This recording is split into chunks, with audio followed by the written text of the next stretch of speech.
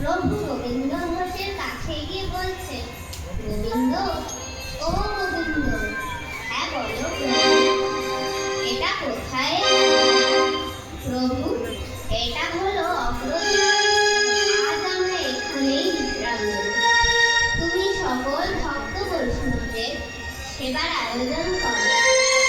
সেবার আয়োজন হলো সকলেই প্রভুর সেবার অন্তে প্রসাদ পেলেন।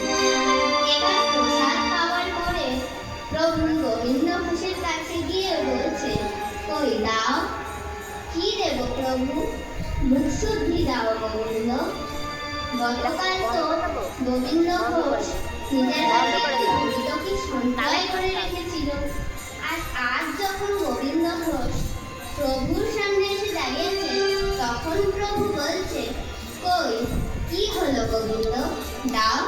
তখন গোবিন্দ ঘোষ মনে মনে ভাবছে, আমি তো জানি প্রভুর আজও মুখ শুদ্ধি লাগবে।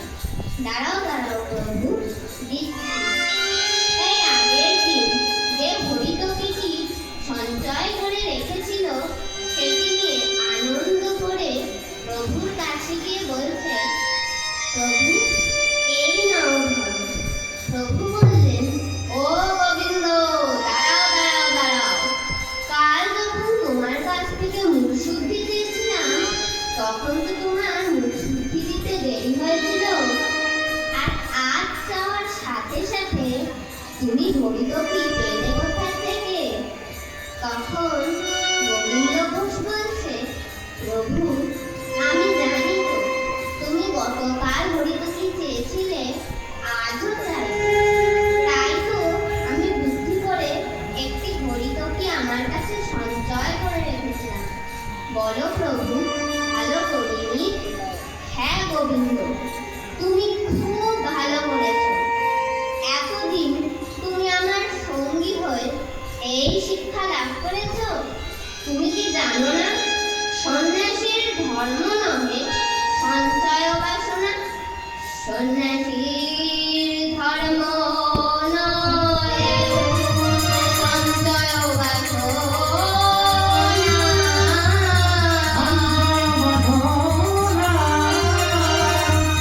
সন্ন্যাসীর ধর্ম নহে সঞ্চয়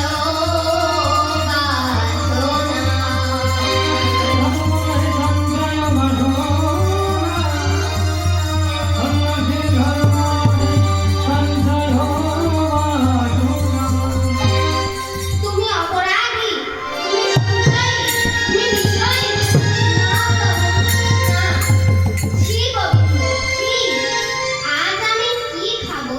কাল তা তুমি সঞ্চয় করে রেখেছিলে। আজ থেকে তুমি আমার সঙ্গী নও। আমাকে ক্ষমা করো প্রভু। কোনো ক্ষমা হলো না। প্রভু মুখে যা বলেন তাই তো করেন। গোবিন্দ ঘোষ কেঁদে কেঁদে বলছে, প্রভু সঞ্চয় তো আমি আমার জন্য করি নাই গো, সঞ্চয় তো আমি করেছি তোমার জন্য প্রভু। প্রভু আমাকে ছেড়ে তুমি যেও না প্রভু, চলে যেও না প্রভু, তুমি চলে যেও না। তুমি দেখা আমার,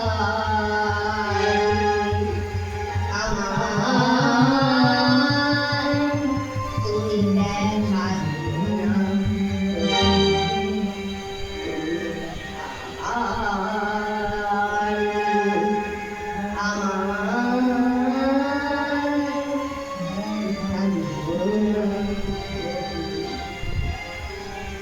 গোবিন্দ ঘোষ এবার কেঁদে কেঁদে বলছে, প্রভু তাহলে যদি তুমি আমাকে সত্যি ছেড়ে চলে যাও, তাহলে আমাকে ছেড়ে চলে গেলেও এক পক্ষ কালের মধ্যে আবার আমার কাছে ফিরে আসতেই হবে প্রভু। চরণ ছাড়া করো না গো, আমি এই চরণ অভিলাষী প্রভু। প্রভু চলে গেল। গোবিন্দ ঘোষ ধুলায় লুটিয়ে কাঁদতে শুরু করলো। এসো ভাই নাম গাই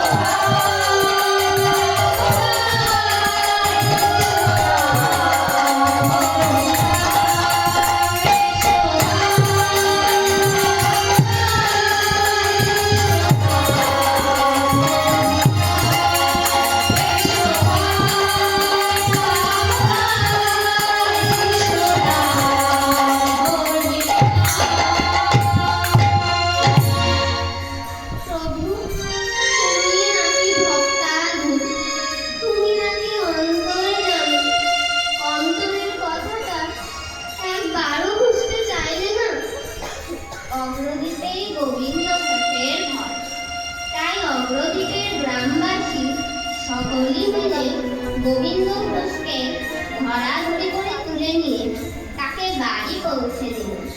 কিন্তু তার যে আর ঘর ভালো লাগছে না, প্রভুকে ছেড়ে আর থাকতে পারছে না।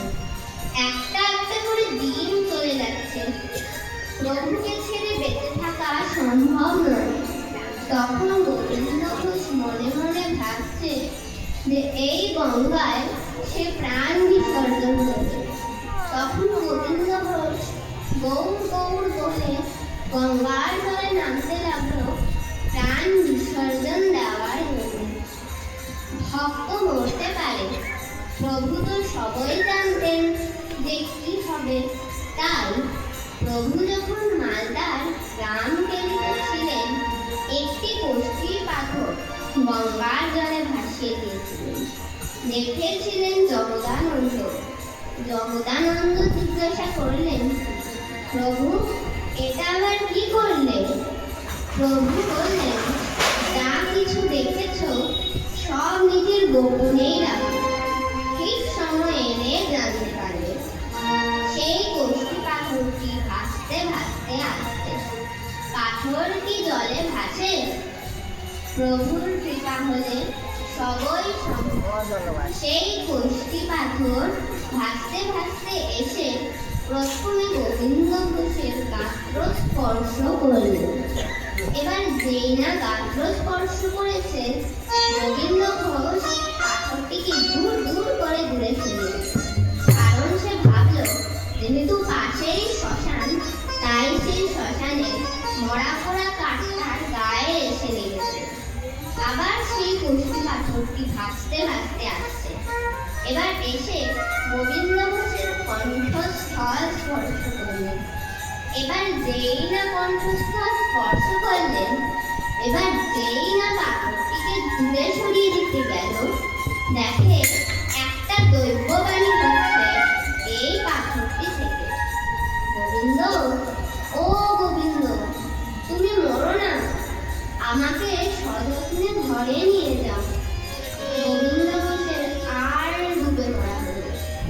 কষ্টি পাথরটি নিয়ে গিয়ে ঘরে ফিরে এসে ঘরের এক কোণে পাথরটি রেখে দিয়ে আবার বিছানায় শুয়ে শুয়ে কাঁদছে। আমরা তো জানি 15 দিনে এক পক্ষ কাল হয়। 15 দিন পুষতে আর একদিন বাকি। হঠাৎ ঢোল করতালের ধ্বনি শুনতে পেয়ে গোবিন্দ ঘোষ